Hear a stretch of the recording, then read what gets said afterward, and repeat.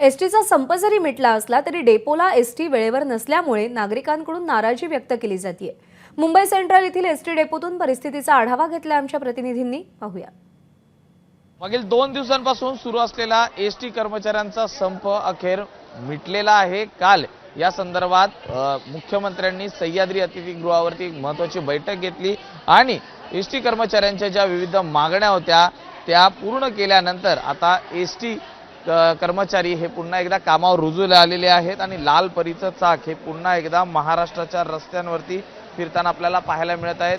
हो साहेब, काही सुविधा नाही। आम्ही 5 वाजल्यापासून इथं थांबलोय, अजून 8 वाजता गाडी म्हणतात नागोठणेला आहे, रजिस्ट्रेशन काढून थांबलेलं आहे। ते म्हणतात आम्ही म्हणतो कॅन्सल करतो रजिस्ट्रेशन। ते म्हटलं की तिकडे 10 वाजता फॉर्म भरायला लागेल, त्याच्यानंतर आठवड्याच्या नंतर तुमचं पैसे अकाउंटला येणार। हा कुठला नाही तर रजिस्ट्रेशन काढायचंच नाही ना पहिला।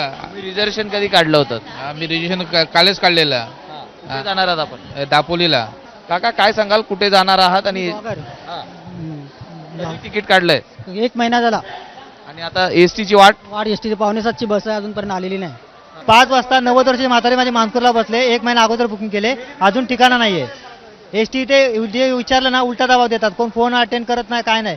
सकाळपासून मी आता मानपूरहून इथे आलोय, त्या म्हाताऱ्याला मानपूरला बसवलं। 90 वर्षाचे माझे म्हातारे आहे, 21 सीट आहेत माझ्या बुक केल्यात मी 1 महिन्यापूर्वी, अजून एसटीचा ठिकाणा नाही। जर का एसटी या वेळेवर मिळत नसेल तर नेमकं मग एसटी प्रशासन काय काम करते असा प्रश्न या ठिकाणी प्रवाशांकडून उपस्थित केला जात आहे। व्हिडिओ जर्नलिस्ट अनुप्रस्तुकीसह मी सूरज सावंत, एबीपी माझा, मुंबई। एबीपी माझा, उघडा डोळे बघा नीट।